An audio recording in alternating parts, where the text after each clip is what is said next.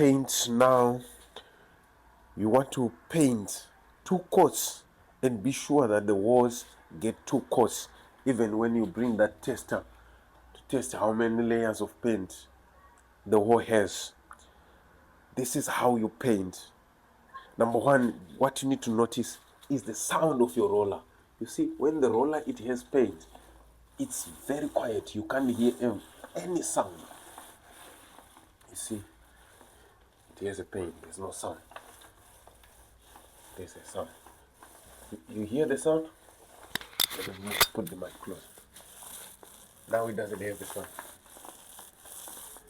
You hear, that's now shows you your roller doesn't have paint. Now you put it again. You repeat the process. This, you will know that for sure.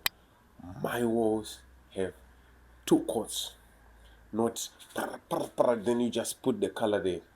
You are not putting, if you put the tester there, they will say you just fake us paint again. So I've just showed you this again.